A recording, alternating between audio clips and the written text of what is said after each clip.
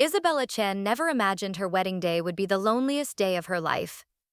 At 26, she was known in the tech world as the Digital Phoenix, the most brilliant hacker on the planet, capable of breaking through any security system. Her secret identity was worth billions, but she guarded it with absolute silence. When Alexander Hawthorne, the 32-year-old magnate and heir to Hawthorne Industries, proposed marriage, Isabella accepted for one reason only. She had loved him since she was 8 years old. They had been childhood friends, playing in the gardens of the Hawthorne mansion during the days when Isabella's mother worked as the family seamstress, but Alexander didn't remember her. In his mind, there was only one girl, Sophia Laurent, the supposed childhood friend who had reappeared in his life 3 years earlier with perfectly detailed stories of their moments together. Sophia was beautiful, delicate, and knew exactly what to say to touch Alexander's heart.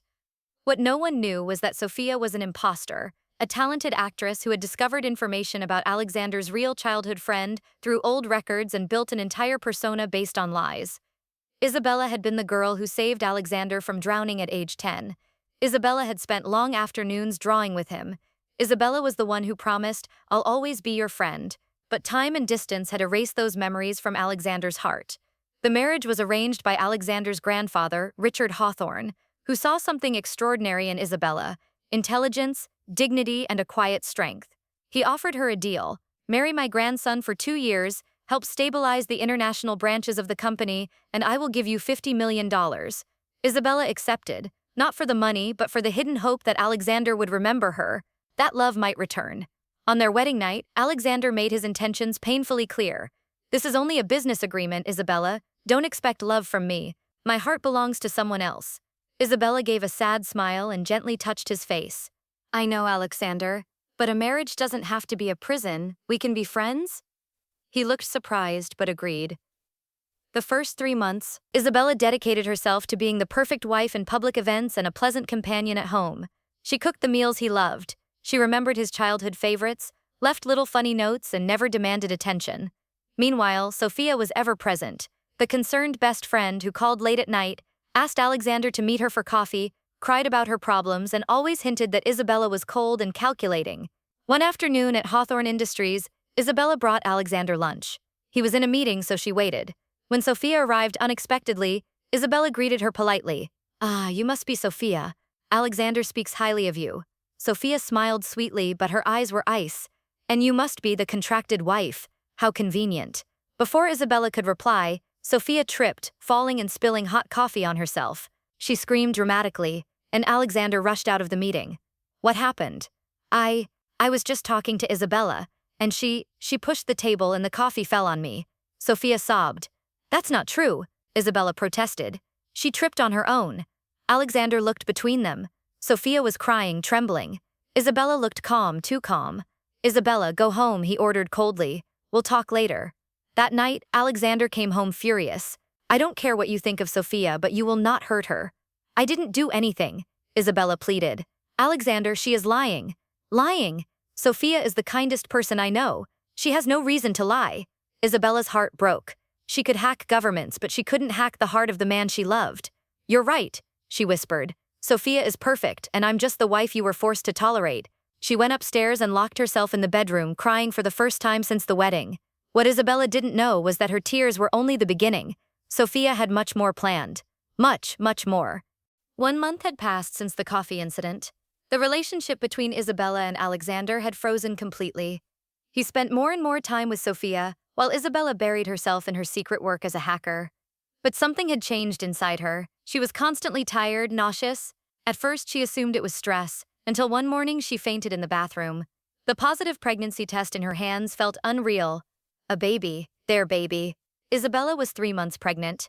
From that single night right after the wedding, when Alexander had drunk too much during a business dinner and she never thought anything would come from it, he barely remembered the night. Isabella wanted to tell him, desperately. But how? He barely looked at her now. "How do you say you're going to be a father but I'm not the woman you love?" She decided to wait for the right moment. That moment never came. 1 week later, Sophia executed her cruelest move yet. She called Isabella, crying hysterically. "Isabella, please. I know we're not friends, but I need help. I'm in the old industrial district. My car broke down and there are strange men following me. I can't reach Alexander. His phone is off. Please." Isabella didn't hesitate. Even knowing Sophia hated her, she couldn't ignore someone in danger. She grabbed her car keys and sped to the address.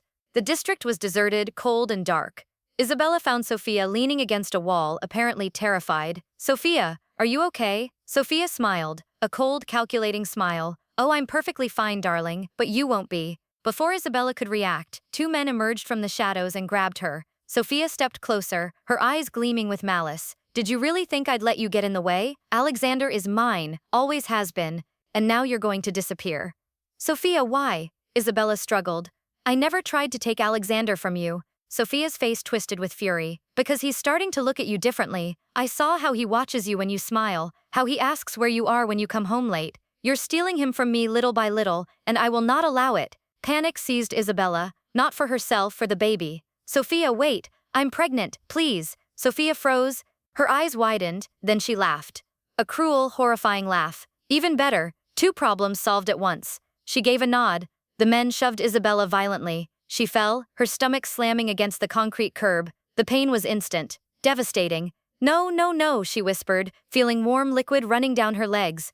Sophia took photos of Isabella lying on the ground, then ordered the men to leave her there. When they left, Isabella was alone, bleeding, collapsing, rain starting to fall around her. With the last strength she had, she called emergency services and blacked out. The hospital. Doctors fought to save her. When Isabella finally woke up, the news struck like a blade. "We're sorry, Mrs. Hawthorne. We couldn't save the baby. You suffered a miscarriage due to severe trauma." Silence. Tears slid down Isabella's face. Her baby, the only piece of Alexander that had ever truly been hers, gone. What destroyed her even more, Alexander never came to the hospital. She spent 3 days there alone, until Richard Hawthorne, Alexander's grandfather, walked into the room. He took her hand, his eyes full of sorrow. "My dear girl, what happened to you?" Isabella didn't tell him about Sophia. She had no proof, and she knew no one would believe her. "It was an accident, Mr. Hawthorne. I fell." The old man studied her face carefully. "You're lying to protect someone, but I will find out who did this to you, child." When Isabella returned home, Alexander was in the office with Sophia. He didn't even notice Isabella had come back. She went straight to her room, placed the ultrasound of the baby that would never be born inside a secret box, and made a silent promise. "I will endure these 2 years, then I will leave and never come back." But destiny had different plans. That night, Isabella's phone rang, a blocked number, a distorted voice. "Isabella Chen, or should I say, Digital Phoenix, we know who you are, and if you don't want Alexander to discover your real identity, the world's most wanted hacker, you will do exactly what we say." Her world was falling apart, and she still had no idea the worst was yet to come. The blackmail came from an international cartel Isabella had exposed 3 years earlier, when she stole data on human trafficking and delivered it to authorities. They had finally found her, and they wanted revenge. Their demand: hack Hawthorne Industries' financial system and transfer $500 million into ghost accounts. If she refused, they would expose her secret identity to Alexander and the world, which would mean prison, scandal, and the destruction of the Hawthorne family by association. Isabella had 48 hours to decide. She spent 2 sleepless nights staring at her computer screen. She could do what they asked, she was technically capable, but doing so would destroy everything Alexander and his grandfather had built. Or she could refuse and accept the consequences. On the second day, Isabella made her choice.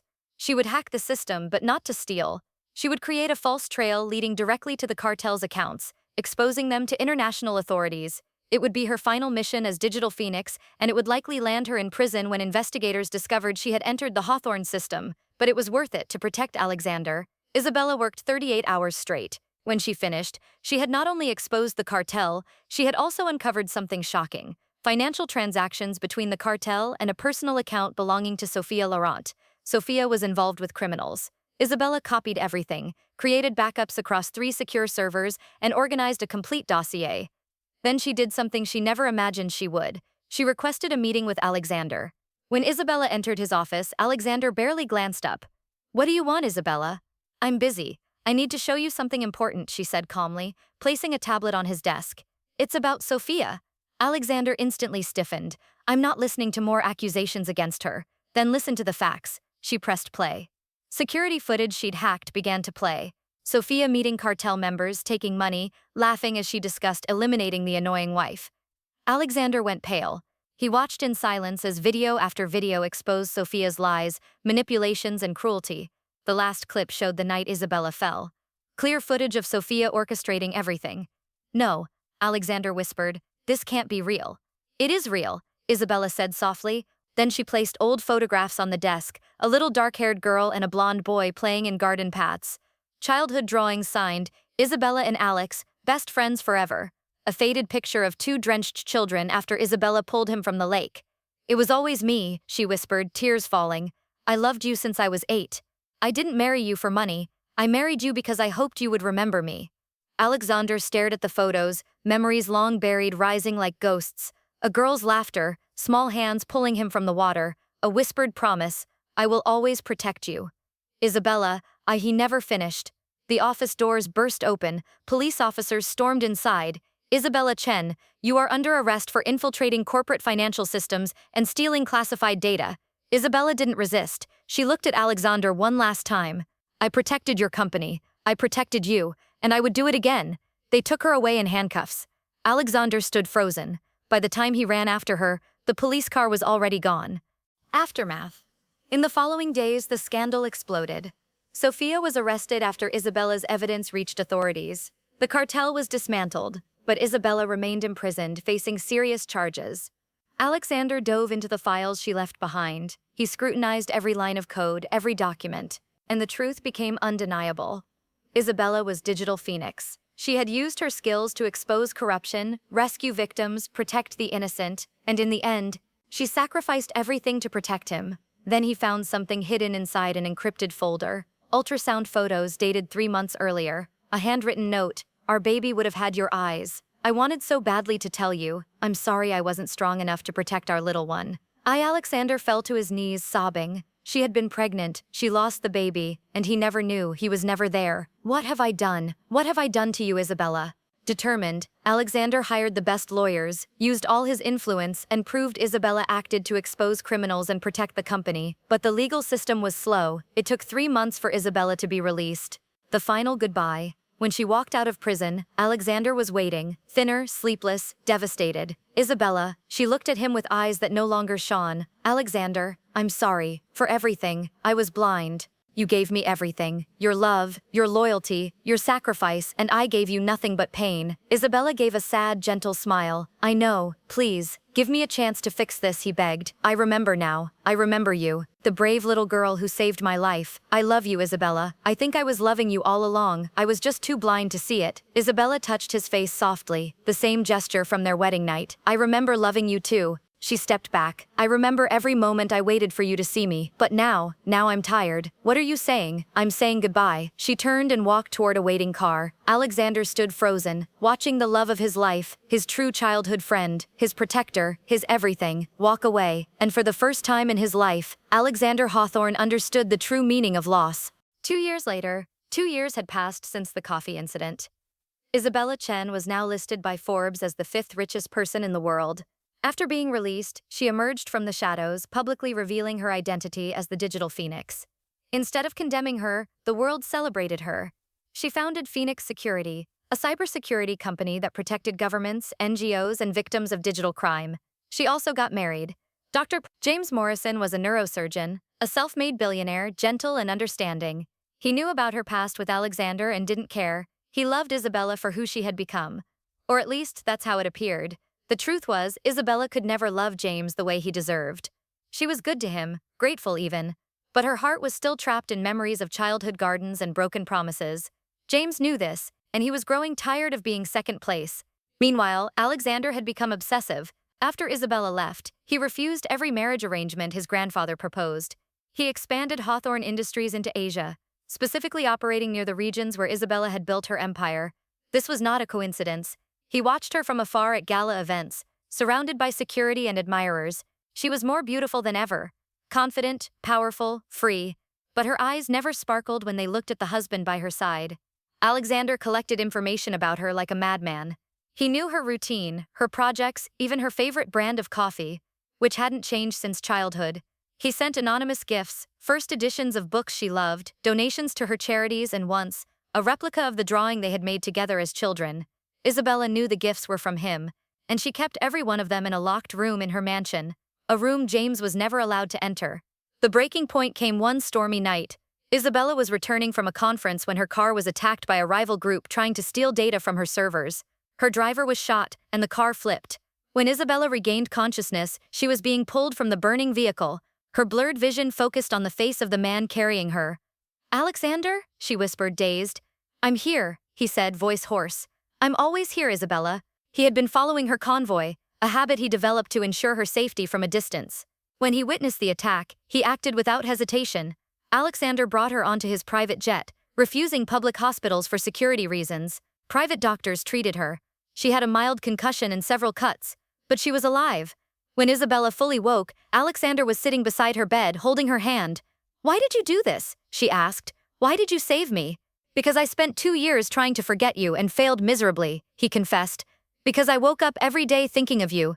Because I built my company next to yours just to stay close. Because I'm pathetic and still desperately in love with you." Tears streamed down Isabella's face. "Alexander, I'm married." "I know," he whispered, brushing her cheek. "And if you love him, I'll leave. I swear I will. But Isabella, do you love him?" Silence. A silence that said everything. "I can't," she finally admitted. "I tried. James is wonderful, but my heart, my stupid heart, still belongs to you." "Then come with me," Alexander pleaded. "Let's start over, the right way this time. I will spend the rest of my life making up for every tear, every pain I caused, and James, talk to him. Be honest, he deserves that.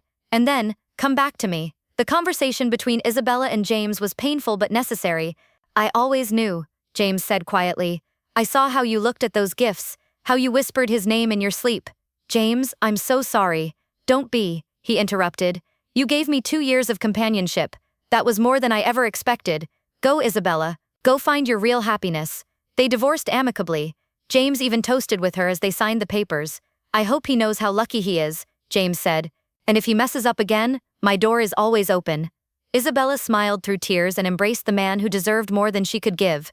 The reunion between Isabella and Alexander was simple. No grand gestures, no public declarations, just the two of them in the same garden where they had played as children, now part of the estate Alexander bought and restored. "Do you remember when you dared me to jump over that wall?" Alexander asked, pointing to the old structure. "And you fell and scraped your knee," Isabella laughed. "You cried so much I thought something was broken. You kissed the bruise and said healing kisses were magic." "I still believe that." Alexander pulled her close. "Then I guess I'll need a lot of healing kisses. My heart has been very bruised since you left." "Good," Isabella smiled. "Because mine too. I think we'll need the rest of our lives to heal each other." "The rest of our lives." Alexander dropped to one knee, taking a box from his pocket. Inside was a ring with an emerald, her favorite stone since childhood. "Isabella Chen, my first friend, my first love, my phoenix. Will you marry me? For real this time? With love, true promises, and all the time in the world?" Isabella knelt in front of him, cupping his face. "Yes, 1,000 times yes." They kissed beneath the same sky that had witnessed their childhood games, their innocent promises, their adult heartbreaks, and now their reborn love. 5 years later, the Hawthorne Chen estate was filled with laughter. Isabella, now 7 months pregnant, watched Alexander run after their 3-year-old daughter, Lily, an adorable miniature of Isabella with Alexander's green eyes. "Daddy, Daddy, faster," Lily shouted, giggling. Richard Hawthorne, now 89, sat beside Isabella. "I always knew you two would end up together," he said. "From the moment I first saw you in my office, I saw the same little girl who saved my grandson." "You always knew?" Isabella asked, surprised. "My dear, I didn't build an empire by being blind. I saw the way you looked at him, the same way your grandmother looked at me." He smiled. "Some loves are destined. They just need time to ripen." Alexander returned with Lily on his shoulders and sat next to Isabella, kissing her temple. "What were you two talking about?" "About destiny and second chances," Isabella replied, intertwining her fingers with his. "And third chances," Alexander added, touching her belly where their second child grew. "And fourth, and as many chances as it takes. Because this time, Isabella, I'm not letting you go. Not ever again." "Good," she whispered, "because I'm not going anywhere." That evening, as the sun set over the gardens that had witnessed the beginning of everything, the Hawthorne Chen family remained together, proof that some loves are strong enough to survive betrayal, time, and even their own destruction. Because true love doesn't give up. It simply waits for the right moment to bloom again.